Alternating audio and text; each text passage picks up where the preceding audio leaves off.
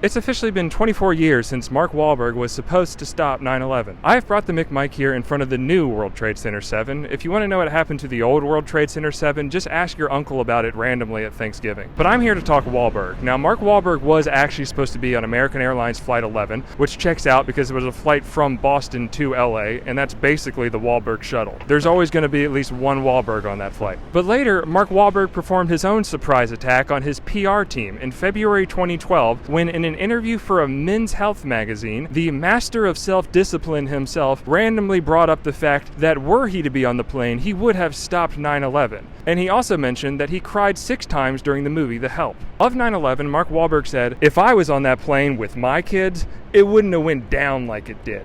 There would have been a lot of blood in that first class cabin, and then me saying, okay, we're going to land somewhere safely, don't worry." So let's go line by line there. First thing, if you're on a hijacked plane with Mark Wahlberg and his kids aren't with him, you might not get rescued, all right? Secondly, according to the flight attendant, all 5 hijackers on American Airlines Flight 11 had barricaded themselves into the cockpit. So Mark Wahlberg wouldn't have really had anyone to fight in first class unless there was like an old Vietnamese man there. Third and most importantly, how the fuck were you going to land the plane?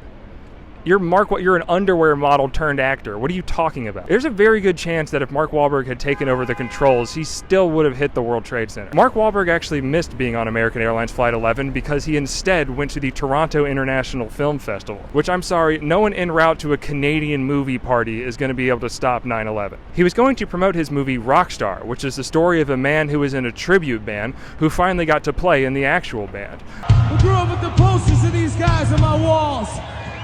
Yeah, I'm one of them. Which is what happened to Mark Wahlberg in 2012. He was in so many action movies, he finally started to think, maybe I am the lone survivor. Now, Wahlberg has since apologized for this statement, but I honestly think it's something we should never forget. Because this was a weird thing to say in 2012, but in our reality in 2025, every single tragedy has a Mark Wahlberg in the comments section talking about how they would have done something differently to stop it. The problem with this is that it ignores the fact that none of y'all pussies do shit, so shut the fuck up. Now, Wahlberg's career wasn't actually hurt too much by this. In fact, you can still see him in his latest movie called, no joke, Flight Risk.